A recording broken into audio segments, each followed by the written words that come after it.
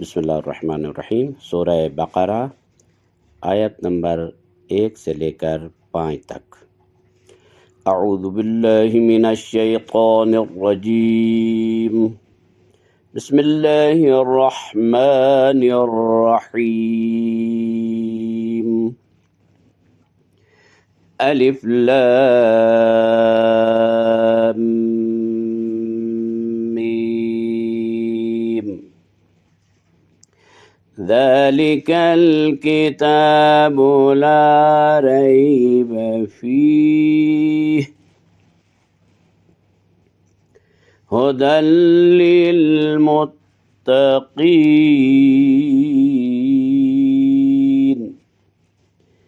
الذين يؤمنون بالغيب ويقيمون الصلاة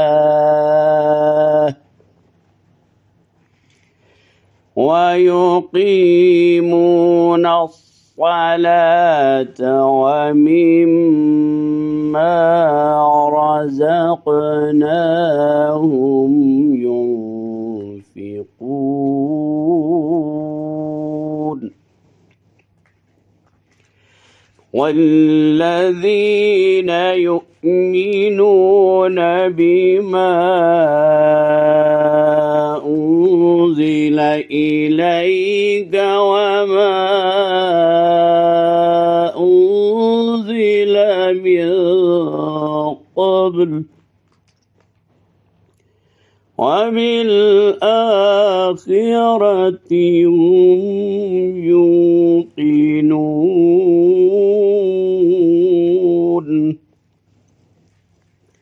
أولئك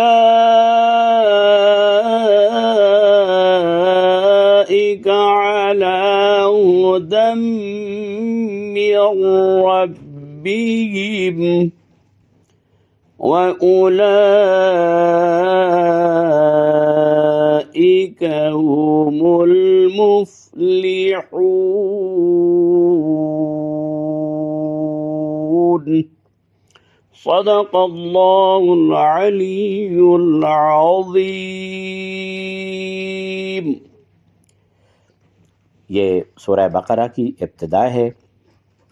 بسم اللہ کے بارے میں پہلے حصہ میں آپ کی خدمت میں عرض کیا تھا کہ بسم اللہ، اللہ کی لام کو باریک کریں گے، اور رحمہ را کو پر پڑھیں گے، ہا الرحمن کی ہا اور الرحیم کی ہا جو ہے، یہ دونوں ہا جو ہے ان کو حلق سے نکالیں گے۔ البتہ جو دو آنکھوں یعنی دو چشمی گول ہا ہوتی ہے، وہ بھی اس کا مخرج بھی حلق ہوتا ہے، لیکن وہ آخر حلق ہوتا ہے۔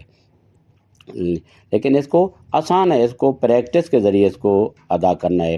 بسم اللہ الرحمن الرحیم، یعنی کیا مطلب، جس طرح اگر انسان مچھلی کھا رہا ہے نا، اس کا کانٹا اگر گلے میں چبھ جائے، پھنس جائے، تو انسان کیا کرتا ہے، ہوا کا دباؤ دیتا ہے، تو ہوا کے پریشر کے ساتھ تاکہ وہ کانٹا جو ہے نکل جائے۔ یہ اس کو سمجھانے کے لیے آپ کو، تو یہ ہاں اس طرح ہوگی، یعنی بسم اللہ الرحمن الرحیم، تھوڑا سا لمبا کرے، الرحمن ایک الف جتنا، بسم اللہ ایک الف جتنا، اور الرحیم اس کو ایک یا دو یا تین الف جتنا بھی لمبا کر سکتے ہیں، یعنی تین ماد جتنا بھی لمبا کر سکتے ہیں۔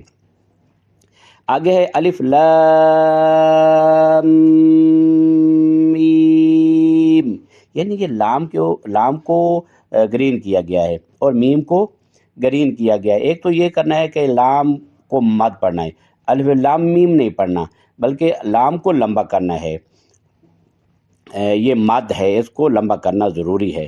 الف لام، اب لام پڑھیں گے تو لام کیا جا پڑھا گیا، یہ حروف مقطعات میں سے ہے۔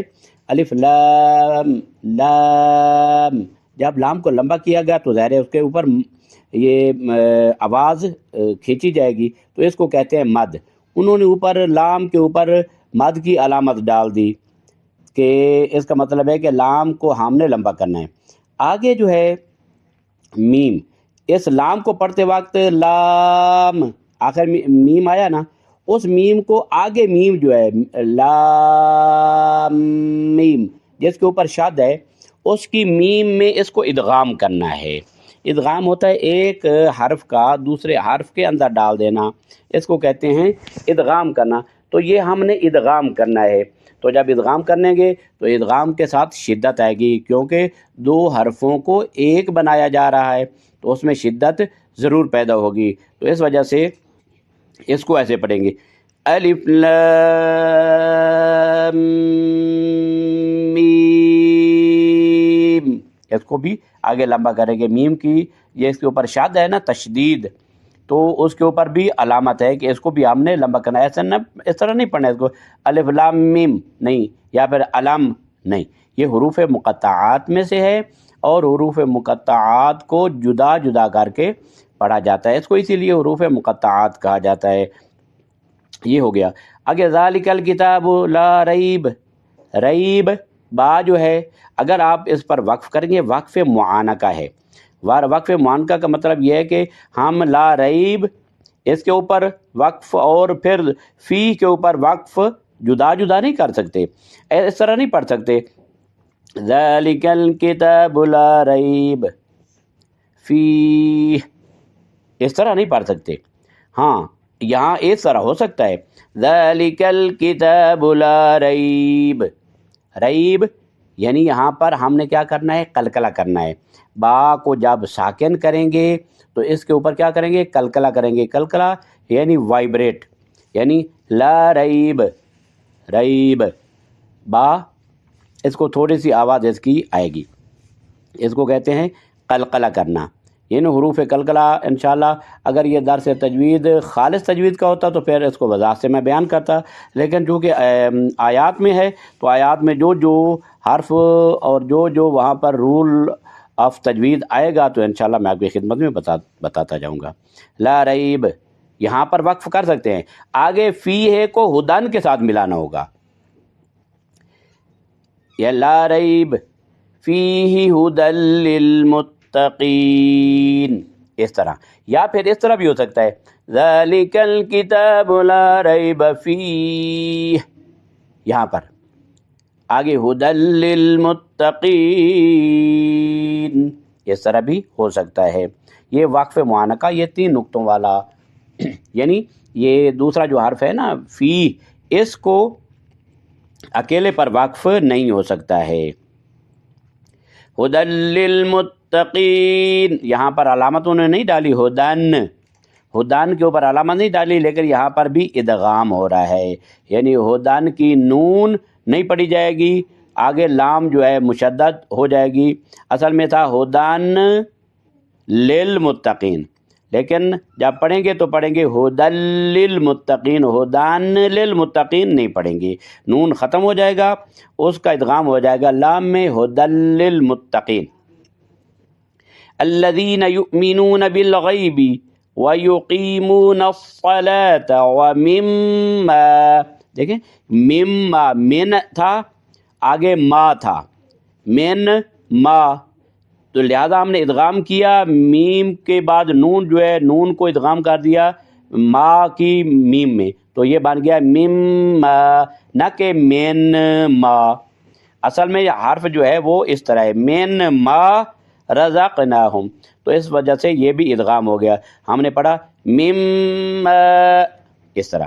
ورزق آگے ہے رزقناہم، رزق کی قاف جو ہے یہاں پر کیا کریں گے، قلقلہ کریں گے، یعنی کاف کو جنبہ دیں گے، ایسا نہیں پڑھیں گے وَمِمَّا رَزَقْنَاهُمْ، نہیں رَزَقْنَاهُمْ يُنْفِقُونَ، رزق قاف قلقلہ، یعنی اس کو تھوڑا سا جنبش دیں گے، رَزَقْنَاهُمْ آگے يُنْفِقُونَ، یہاں پر غنہ کرنا ہے، یعنی اخفا کرنا ہے، یعنی ينفقون ناک میں آواز کو پیدا کرنا ہے، اگر ہم اس کو غنہ نہیں کریں گے تو وہ اس طرح ہوگا وَمِمَّا رَزَقْنَاهُمْ يُنْفِقُونَ، یہ غلط پڑھا میں نے، يُنْفِقُون نہ، بلکہ ينفقون، ناک کو اگر بند کریں تو ناک میں آواز ضرور جائے گی، آپ کو محسوس ہوگا کہ ناک میں آواز گئی ہے، جانی چاہیے، ينفقون۔ والذین یؤمنون بما انزل الیک، بیما کے اوپر مد ہے، مد متصل منفصل کہتے ہیں اس کو، انشاءاللہ پھر کبھی موقع ملا تو بتاؤں گا کہ مد متصل اور منفصل کیا ہوتی ہے۔ بیما تھوڑا سا لمبا کریں گے، انزل، انزل یہاں پر بھی وہی غنہ کریں، اخفا کریں گے، انزل، زا حروف اخفا میں سے یہاں پر غنہ کرنا ہوگا، انزل الیک وما انزل، یہاں پر بھی وہی اخفا غنہ کرنا ہوگا، من قبلک، من قبلک، یہاں پر بھی نون کے بعد قاف آ گئی، یہاں پر کیا کریں گے، غنہ کریں گے، من قبل، آگے با جو ہے وہ قلقلہ کریں گے، من قبلک وبالآخرة هم يوقنون أولئك على هدى من ربهم، ہدی من ربهم، یہاں پر بھی ادغام ہوگا، ہدن آگے من، میم نون من، ہدن کی نون کو ختم کر دیا جائے گا، اس کو میم میں ادغام کر دیا جائے گا، بن جائے گا ہدی من ربهم وَأُولَئِكَ هُمُ الْمُفْلِحُونَ، یعنی اولئک، یہ دونوں جو اولئک ہیں یہ مد متصل ہے، اس کو تھوڑا سا لمبا کریں گے، مد متصل ہے، اس کو لمبا کریں گے۔ انشاءاللہ امید ہے کہ میری ان باتوں کی آپ کو سمجھ آ گئی ہوگی۔ آگے ہم ان کا کوئی ترجمہ کرتے ہیں اور انشاءاللہ اس کی مناسب تشریح جو ہے آپ کی خدمت میں بیان کرتا ہوں۔ ہاں، اللہ کے نام کے ساتھ جو رحمان و رحیم ہے، یعنی دنیا و آخرت میں اس کی رحمت جو ہے وہ جاری ہے۔ آگے ہے الف لام میم، یعنی یہ حروف مقطعات میں سے ہے، اس کا علم جو ہے خدا کی ذات یا ائمہ اطہار علیہ السلام جانتے ہیں۔ ذالک الکتاب لا ریب فیہ، یہ وہ کتاب ہے کہ جس میں کوئی ریب نہیں ہے، یہ متقین کے لیے ہدایت ہے۔ متقین کون ہوتے ہیں؟ الذین یؤمنون بالغیب، وہ جو غیب پر ایمان رکھتے ہیں اور نماز کو قائم کرتے ہیں، اور جو کچھ ہم نے ان کو عطا کیا ہے اس میں سے انفاق کرتے ہیں۔ والذین یؤمنون بما انزل الیک، وہ لوگ جو ایمان رکھتے ہیں اس پر کہ جو آپ کے اوپر نازل کیا گیا اور جو آپ سے پہلے والوں پر نازل کیا گیا، اور آخرت پر وہ یقین رکھتے ہیں۔ یہی لوگ اپنے پروردگار کی طرف سے ہدایت پر ہیں، اور یہی لوگ ہی فلاح پانے والے یعنی کامیاب یہی لوگ ہیں۔ لہذا یہ ترجمے کی حد تک جو ہے آپ کی خدمت میں عرض کیا۔ اب آپ اس کی کچھ حد تک جو ہے وہ سماعت فرمائیں گے اس کی تفسیر۔ انسانوں نے اللہ تبارک و تعالیٰ کی طرف سے انبیاء پر نازل کردہ وحی کے مقابلے میں 3 طرح کا رویہ اختیار کیا۔ پہلا رویہ یعنی پہلا گروہ، ایک گروہ نے اسے قبول کر کے ایمان لایا، دوسرا گروہ تھا اناد اور ہٹ درمی کے باعث کفر پر ڈٹا رہا اور اپنے کفر سے باز نہ رہا۔ تیسرا گروہ ظاہری ایمان کا اظہار کرتا ہے لیکن دل میں کافر ہیں، یعنی ظاہری اعتبار سے وہ ایمان کا اظہار کرتے ہیں لیکن دلی طور پر وہ کافر ہیں۔ سورہ بقرہ کی ابتدائی آیات میں ان تینوں گروہوں اور ان کے خصوصیات کا تذکرہ ملتا ہے۔ قابل توجہ بات یہ ہے کہ مومنین کے بارے میں صرف 4 آیات اور کافروں کے بارے میں صرف 2 آیات نازل ہوئیں، جبکہ منافقین کے صفات بیان کرنے کے لیے 13 آیات پروردگار عالم نے نازل فرمائیں، جو اس بات کو ظاہر کرتا ہے کہ نفاق اور منافقت اسلامی معاشرے کے لیے کتنا بہت بڑا خطرہ ہے۔ قرآن مجید کی 114 صورتوں میں سے 29 صورتیں حروف مقطعہ سے شروع ہوتی ہیں۔ حروف مقطعہ جن کو علیحدہ علیحدہ کر کے پڑھنا پڑتا ہے، جس طرح کہ میں نے عرض کیا الف لام میم، یا جس طرح دوسری آیات میں ہے 29 صورتیں ہیں۔ ان میں سے 24 مواقع پر ان حروف کے فوراً بعد قرآن اور وحی کے نزول کا تذکرہ ہے، جیسے کہ اس صورت میں الف لام میم کے بعد ذالک الکتاب آیا ہے، جو قرآن کی عظمت کو بیان کرتا ہے۔ سورہ شورا کے آغاز میں بھی حامیم عین سین قاف کے بعد کیا آیا ہے؟ کذالک یوحی الیک والی الذین من قبلک اللہ العزیز الحکیم۔ اسی طرح اللہ عزیز و حکیم تمہاری طرف اور تم سے پہلے والوں کی طرف وہی فرماتا ہے۔ قرآن کیا ہے؟ کتاب ہدایت ہے۔ قرآن کتاب ہے۔ ذالک الکتاب لا ریب فی ھدی للمتقین، یہ وہ کتاب ہے جس میں کوئی شک نہیں اور یہ پرہیزگاروں کے لیے ہدایت ہے۔ اس میں چند ایک نکات ہیں جو آپ کی خدمت میں عرض کرنا ہے، اور آپ سے گزارش ہے کہ آپ ان نکات کو اپنے اذہان میں رکھیں، محفوظ رکھیں۔ اکثر و بیشتر یہ سوال کیا جاتا ہے کہ، اور لوگ کر سکتے ہیں کہ یہ قرآن تو متقین کے لیے ہدایت ہے، جب ہے ہی متقین کے لیے ہدایت تو پھر یہاں سے غیر متقی تو افراد نکل گئے، جو گناہ گار ہیں، کافر ہیں، مشرک ہیں، وہ تو نکل گئے، ان کے لیے تو کتاب ہدایت ہے ہی نہیں، تو پھر ہم اس سے کتاب سے ہدایت کیسے حاصل کریں؟ تو عرض خدمت یہ ہے کہ قرآن ہدایت کی کتاب ہے، کلی طور پر ہدایت کی کتاب ہے، نہ کہ سائنسی یا طبعی علوم کی کتاب نہیں۔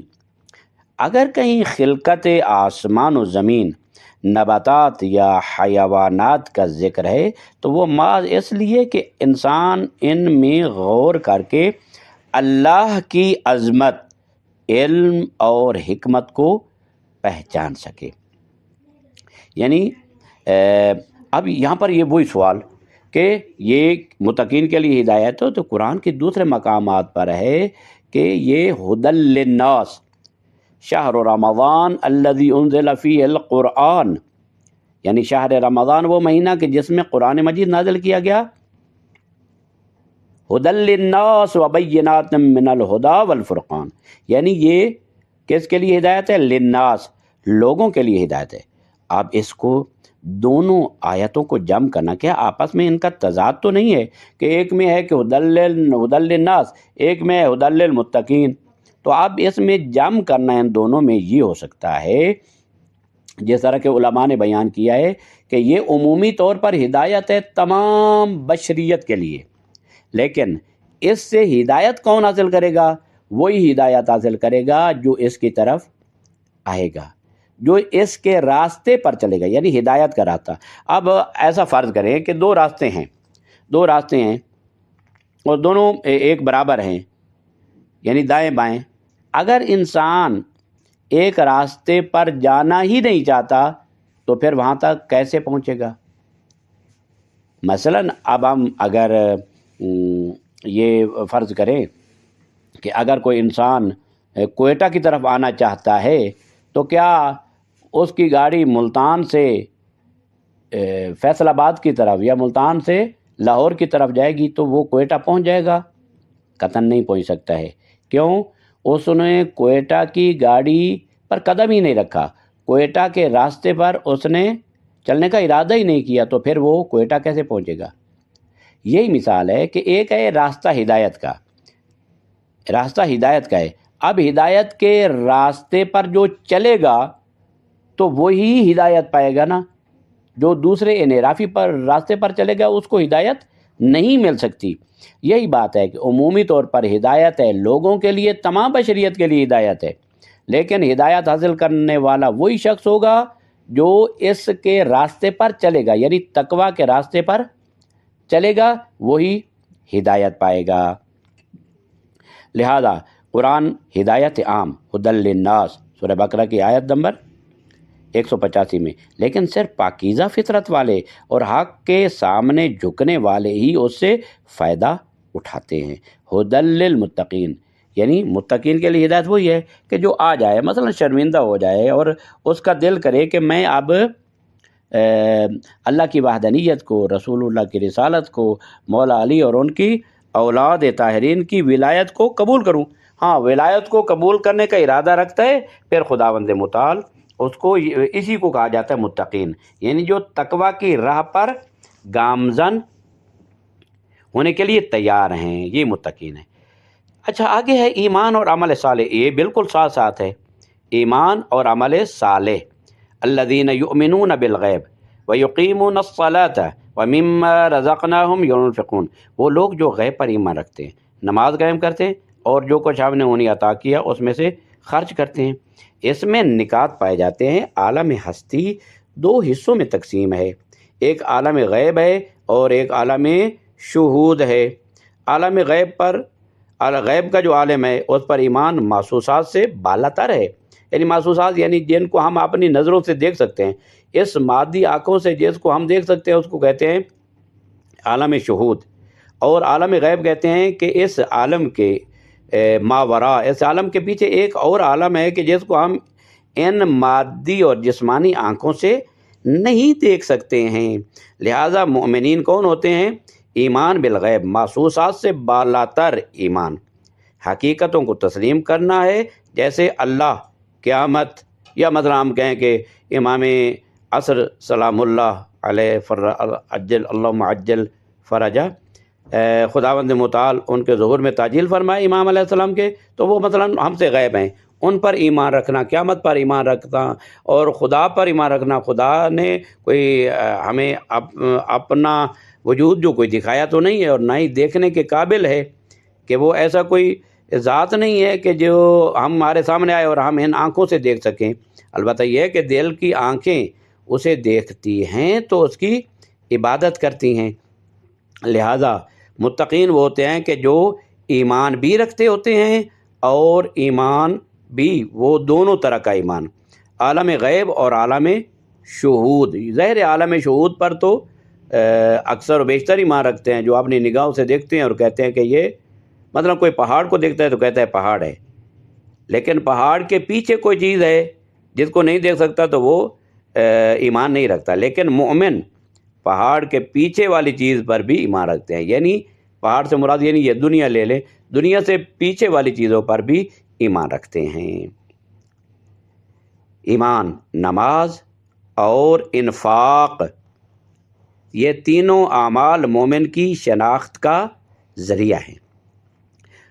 اس کے بعد رسالتی تسلسل، یعنی یہ نہیں کہ پیغمبر اکرم پر ایمان، والذین یؤمنون بما انزل الیک، اے نبی وہ لوگ جو اس وحی پر ایمان رکھتے ہیں جو آپ پر نازل کی گئی، یعنی متقین کون ہیں کہ جو پیغمبر اکرم پر نازل کی گئی وحی پر ایمان رکھتے ہیں، وما انزل من قبلک، اور اس پر بھی جو آپ سے پہلے نازل کی گئی، اور وہ آخرت پر یقین رکھتے ہیں۔ یعنی مومن متقی وہ ہوتا ہے کہ جو پیغمبر اکرم پر نازل شدہ وحی کا بھی اقرار کرے، ایمان رکھے، اور پیغمبر اکرم پر ان سے پہلے والے انبیاء پر نازل کی گئی وحی اس کا بھی اقرار کرے اور اس پر بھی ایمان رکھے، اور آخرت پر بھی یقین رکھے۔ یہ ہیں متقین کے صفات۔ انبیاء کرام کی تعلیمات کا بنیادی ماخذ وہی ہے، یعنی بنیادی جو منبع ہے تعلیمات، یعنی پیغمبر اکرم یا دیگر انبیاء نے کہاں سے تعلیمات حاصل کیں؟ ظاہر ہے کہ وہ علم لدنی ہے، اللہ کی طرف سے دیا گیا علم ہے، اور متقین ہر نبی کی لائی ہوئی وحی پر ایمان رکھتے ہیں۔ متقی وہی پیغمبر اور ان سے پہلے والے انبیاء کی وہی کا اقرار کرتے ہیں۔ من قبل، اس سے پہلے کا ذکر، من قبل کا یعنی آپ سے پہلے والوں کا، اور من بعد کا ذکر نہیں ہے۔ یہاں پر ایک بہترین نقطہ ہے کہ جو ختم نبوت پر بھی دلالت کرتا ہے۔ اللہ تعالیٰ نے فرمایا کہ جو تیرے اوپر وحی پر بھی ایمان رکھتے ہیں اور تجھ سے پہلے والے انبیاء کی وحی پر بھی ایمان رکھتے ہیں، تو اللہ نے یہ نہیں کہا کہ جو تیرے اوپر، تیرے سے پہلے والوں نبیوں پر اور تیرے بعد والی وحی پر، نہیں، اللہ نے یہ نہیں کہا ہے، بلکہ اللہ نے کہا ہے کہ آپ کے اوپر وحی اور آپ سے پہلے والے انبیاء پر نازل شدہ وحی پر متقی جو ہے وہ مومن ایمان رکھتے ہیں۔ تو اس کا مطلب یہ ہوا کہ وحی دو ہیں، ایک تو پیغمبر اکرم پر جو وحی نازل ہوئی وہ، یا پیغمبر اکرم سے پہلے والے انبیاء پر نازل ہونے والی وحی۔ اس کے علاوہ کوئی تیسری ذات نہیں ہے کہ جس پر وحی نازل ہو، لہذا ختم نبوت پر بہترین دلیل قرآن سے یہی ہے کہ قرآن مجید میں ارشاد ہوتا ہے کہ آپ پر وحی گویا کہ ختم ہے، جو وحی احکام ہے، وحی شریعت ہے، وحی نبوت ہے، وہ پیغمبر اکرم پر اختتام پذیر ہو جاتی ہے، لہذا ختم نبوت پر بھی بہترین دلیل ہے۔ تقوی اور کامیابی، اب یہ دیکھیں اللہ نے صفات ذکر کر دیے، اللہ نے نام کسی کا ذکر نہیں کیا ہے۔ اللہ نے کہا ہے کہ متقی کون کون سے افراد ہوتے ہیں، وہ ہوتے ہیں کہ جو ایمان رکھتے ہوں غیب پر، شہود پر، قیامت پر، اور انفاق کرتے ہوں، اور یہ تمام۔ تقوی اور کامیابی اس کا بھی باہمی تعلق ہے۔ اگر انسان متقی ہو جاتا ہے تو خداوند متعال خود ارشاد فرماتا ہے اولئک علی ھدی من ربہم۔ ایک تو یہ بات ہے کہ اولئک، یہ لوگ جو ہیں ہدایت پر ہیں، اور ہدایت کس کی طرف؟ من ربہم، اپنے پروردگار کی طرف سے ہدایت پر ہیں، اور یہی لوگ فلاح پانے والے ہیں۔ تو اس میں جو قابل غور نقطہ یہ ہے کہ پرہیزگاری، ایمان، نماز اور انفاق کا نتیجہ اللہ کی خصوصی ہدایت اور دائمی کامیابی ہے۔ لہذا انسان جو کامیاب ہونا چاہتا ہے وہ کسی دوسرے راستے کو تلاش کرنے کی کوشش نہ کرے۔